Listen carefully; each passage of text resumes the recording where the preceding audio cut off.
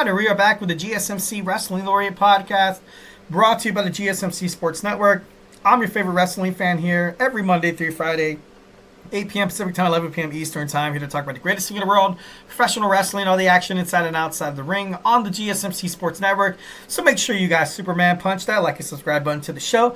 Follow the show, follow the network so you guys can get some notifications whenever we go live with all of our amazing respective shows in terms of sports. Every single sport you guys think of, we talk about it here on the GSMC Sports Network. And guess what? It's absolutely 1,010% free. All right, so without further ado, just kind of reflect on what we talked about. We had our WWE SmackDown review. We talked about our Monday Night Raw preview. We also talked about Netflix's streaming difficulties as a WWE concern. And then we talked about The Shield. 12 years ago today, the Shield, Seth Rollins, Dean Ambrose, and Roman Reigns debuted in Survivor Series, taking out Ryback and John Cena to allow CM Punk to retain the WWE Championship. And it was all from there. It was all just magical history. So definitely, a huge fan of The Shield. Definitely love and respect those guys. All right, so guys, we have about 8 minutes to kind of wrap this up. Sorry for kind of holding you guys extra. Seems like I always do. The show's supposed to be from 8 to 9, but I don't know. Maybe I don't shut the hell up. Maybe I talk too much. Maybe you guys should hit me up in the chat, be like, "Hey, Eric, dude, like, calm down, man. You're speaking like a mile a minute." Maybe that's the reason why, I feel like I don't know. I feel like I'm always consumed with air. But that's good. You know what I mean? Just breathe air, bro. Getting high off life, man. Just or that gold dust. I'm just kidding. Moving on. So we're going to talk about some Speedball, Mike Bailey, and Josh Alexander's future in their respective wrestling careers. So without further ado, let's go and jump on into that. Speedball, Mike Bailey, reported by Mike Johnson of PW Insider. Bailey's contract has expired in TNA Impact November 1st. Fightful Select reports that Bailey is expected to land in AEW. I don't hate it. Ultimately, I feel like wherever Speedball Mike Bailey winds up, he's going to make a huge impact on the roster. I love him on AEW. Him against Will Ospreay, against Kyle Fletcher, against, the talents of Ricochet. Dude, that's phenomenal. That's going to be great. That's going to be a good spot for him. A lot of people kind of anticipate AEW. For me, him landing in WWE, I might be able to see it.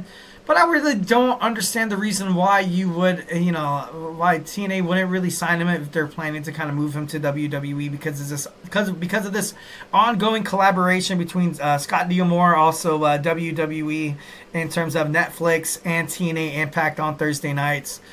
So that's why it kind of makes me believe that I don't think Speedball is going to, I don't think he's going to come to WWE. I doubt it. Most likely, he spent some time in New Japan Professional Wrestling. He spent some time, I think he spent about a year, or maybe less than that, with Ring of Honor in the past. So maybe this happens. Maybe he comes back to AEW. Maybe he, I could definitely see this guy, challenging for the TNT Championship right away. Definitely. 1,010%. And it would be great. He's a great watch. He's quickly become one of my favorite TNA superstars to watch.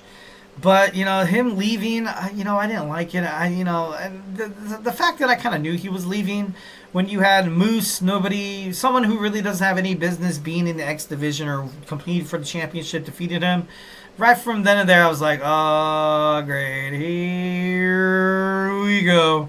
And the fact that he got laid out and kind of written off TV after being betrayed by Trent Seven, I kind of knew something was going to happen. But, I don't know. It should be interesting. He's speculated to debut at the AEW Continental Classic beginning on Dynamite November 27th on Matt Hardy's podcast. Matt Hardy is obviously, a TNA superstar. He said in a quote, I think it's an ideal spot for Mike, which he means AEW, to kind of land at. Matt Hardy, he's been on AEW before as well. Jeff Hardy, AEW.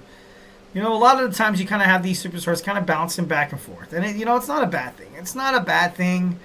But, I like Speedball Mike Bailey as an X Division champion. He's a 3-time X Division champion. He's kind of like the prototype of somebody who is in the X Division to be. He was that. And, I thought he was going to be a future superstar on TNA for quite some time. He's been with TNA since 2018. So it's not like he's newly formed TNA. This guy literally, he was with the hard times in TNA. He was awarded a couple of championships, which by damn near he was, rewarded and he should have deserved. But not signing this guy is just, for me, it's just silly. I feel like TNA dropped the ball. I feel like he was a great asset to the roster. Obviously, Tony Khan picking him up. He's deep pockets, be able to pick him up and kind of put him on AEW. That's just going to make that their company look a lot better. So I feel like TNA kind of dropped the ball in terms of this, but hey, it should be I don't know, it should be kind of crazy. November 8th, Speedball Mike Bailey filed a trademark for his ring name. He was reportedly backstage at an AEW event over the summer, and at one point he actually agreed to a deal with WWE several years ago. So my future for Speedball Mike Bailey, I feel like the best part of him is going to land up in AEW. I definitely feel like if he winds up in WWE, I don't really see how they could fully unlock his potential unless they've planned to make him like a WWE Speed Champion, which is, obviously you've had the Motor City Machine Guns come to WWE from TNA and they're killing it. I could see Speedball Mike Bailey kind of being that same kind of persona, kind of being that same, kind of being the same fresh new start of WWE superstar that they could definitely wrap their heads around, build a good storyline. He could possibly, you can see him in the Intercontinental Championship division. He could, go one-on-one with a guy like Braun Breaker, no matter how dominant he might look. Speedball Mike Bailey, literally, he could dominate your strength with his speed.